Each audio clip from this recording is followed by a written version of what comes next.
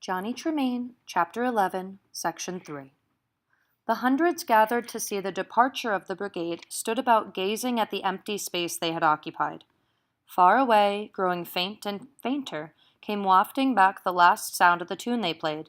A man, standing by Johnny with clenched hands and head thrust down and out like a bull's, said thickly, "They go out by Yankee Doodle, but they'll dance to it before night."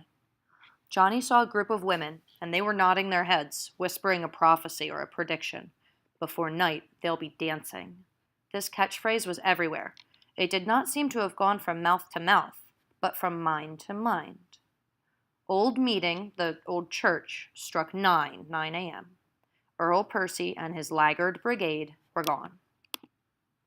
This day, this unreal day in which Boston waited hour upon hour for news, any news, good or bad, was well begun. Suddenly people were saying, "Have you heard? At sunrise this morning over at Lexington, the British fired on us." No one seemed to know where this rumor had started, but it was everywhere.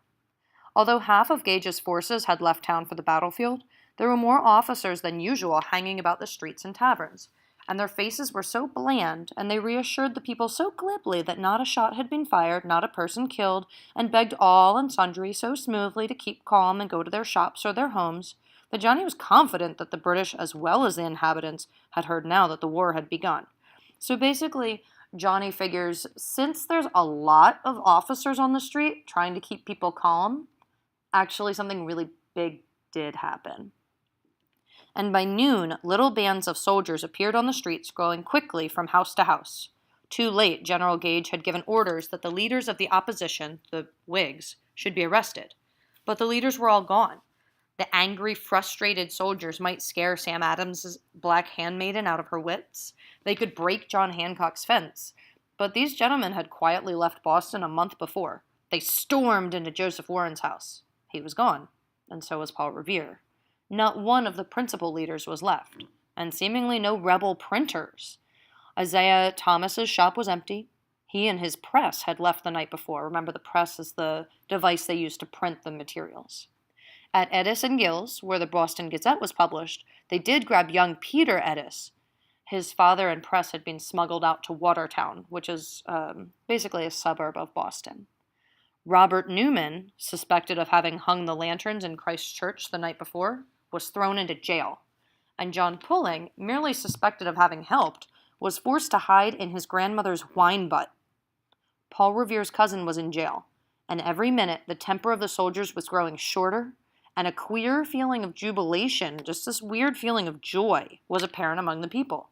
You couldn't guess why they had began feeling so confident. Confidence was in the air. So about a butt. That's actually a unit of measure. A butt is a large barrel.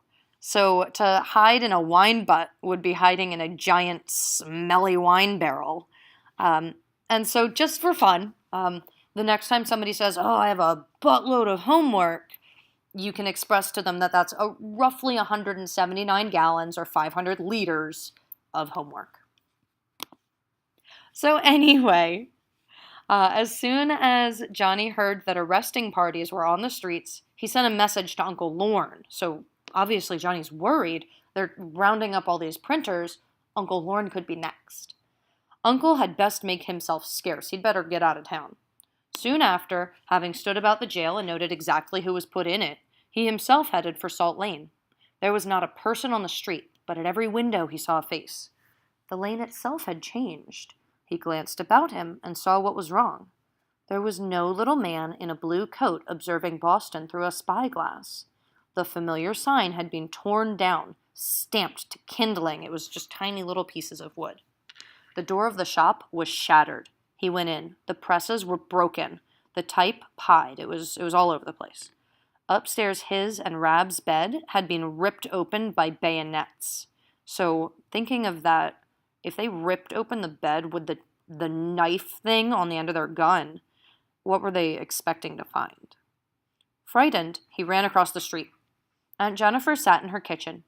Half in her lap and half on the floor was an enormous feather bed. She was peacefully sticking on it a new ticking.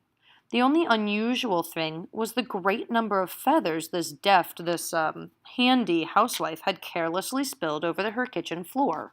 So let's talk about this. A feather bed. Um, Mattresses used to be filled with feathers and be called feather beds. So it was basically like a giant pillow. So if you ripped open the fabric, the feathers would spill out everywhere. The ticking is the fabric itself. So what it looks like is that Aunt Jennifer is just repairing a little hole in a mattress. No big deal, something a woman would do any old day. But there's a bunch of feathers on the floor. So this could make us predict that something bad has happened, so that Aunt Jennifer's like really afraid and has, even though she's usually deft, even though she's usually very handy, she's made a lot of errors. Or, well, let's see. Rabbit, enchanted with these new toys, the feathers, was constantly picking up a feather, putting it in his hair, and saying, "Yankee Doo." "They've been here?" asked Johnny. "Yes." "Are they gone?" "Not one in sight.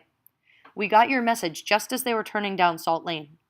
The feather bed began to move around on the floor. "You can come out now," Aunt Jennifer whispered to it. Out of the bottom rolled Uncle Lorne, choked with feathers and looking more bird than human. Rabbit shrieked, "Dada!" He eventually thought his father much improved. Still trembling, for Uncle Lorne was a timid man, a kind of scared man, he kissed his wife and hugged his child. "It was all I could think of," Aunt Jennifer said to Johnny. "Mr. Lorne just stood here and said he wasn't afraid to die. We could hear the men marching down the street. It was terrible. So I just popped him in and went on sewing." "Were the soldiers rough?" "Rough? They were furious." "Good," said Johnny grimly. "That means they are really scared. Something pretty awful has happened to all those men Gage has sent out. Some of the officers may know already, but the men have guessed it, and they're running about with uniforms unbuttoned and yelling, 'If they want a war, we'll give it to them, and they won't pay taxes, we'll collect in blood.'" "You don't say. Are you sure the fight's going for us?" "Pretty sure.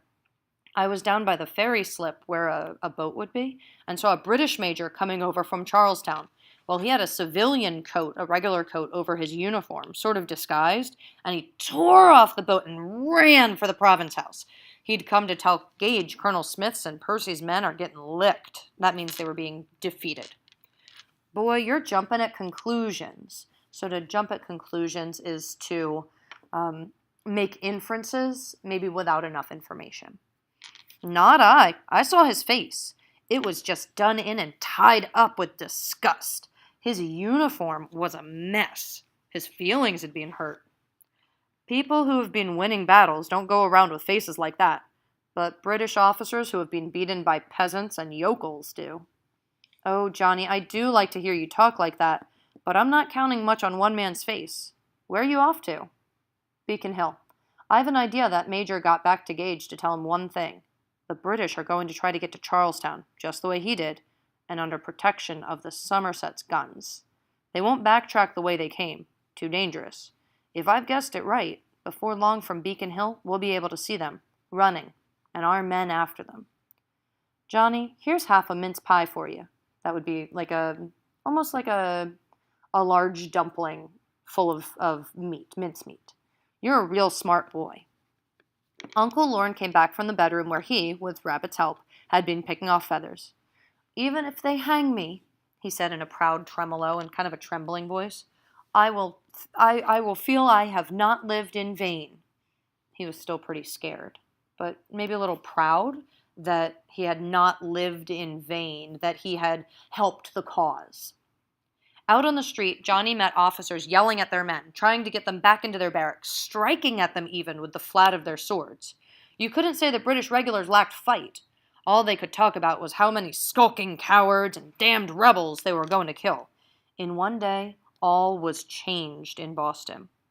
On both sides, the gloves were off, and the hands underneath were bloody. War had begun.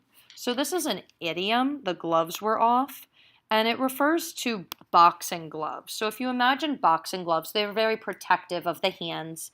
But if you take the gloves off, not only are the hands going to be bloodied and damaged, but whatever you're striking is going to be a lot more damaged as well. The pastures and orchards back of Beacon Hill were crowded, and all eyes turned northward, which would be towards Charlestown. Johnny was not the only person who had guessed that Percy would not attempt to get the remains of Smith's troops and his own brigade back through Cambridge, but only to Charlestown, where they could be protected by the Somerset's guns. Then Johnny saw running down Cambridge Road through the bushes on Charlestown Common a scurry of red ants. Had he really seen them or imagined them? But all about him people were exclaiming, "Look, there they are!" Those red ants were British soldiers. So if we think about this, just a quarter of a chapter ago, those same British soldiers were being called a scarlet dragon. But now they're just red ants. So back when the British were winning, dragon, and I was putting my money on them. But now they're just ants running. To his left, the last moment of sunset light was dying. The day had been amazingly warm, but with night a fresh breeze came up off the ocean. Lights began to glimmer in Charlestown and on warships. Seemingly there was nothing more to be seen from Beacon Hill. Silently, people turned to go to their houses. "Look!" Johnny cried. You could see the flash of musket fire, too far away to be heard. Fireflies swarming. Hardly more than that.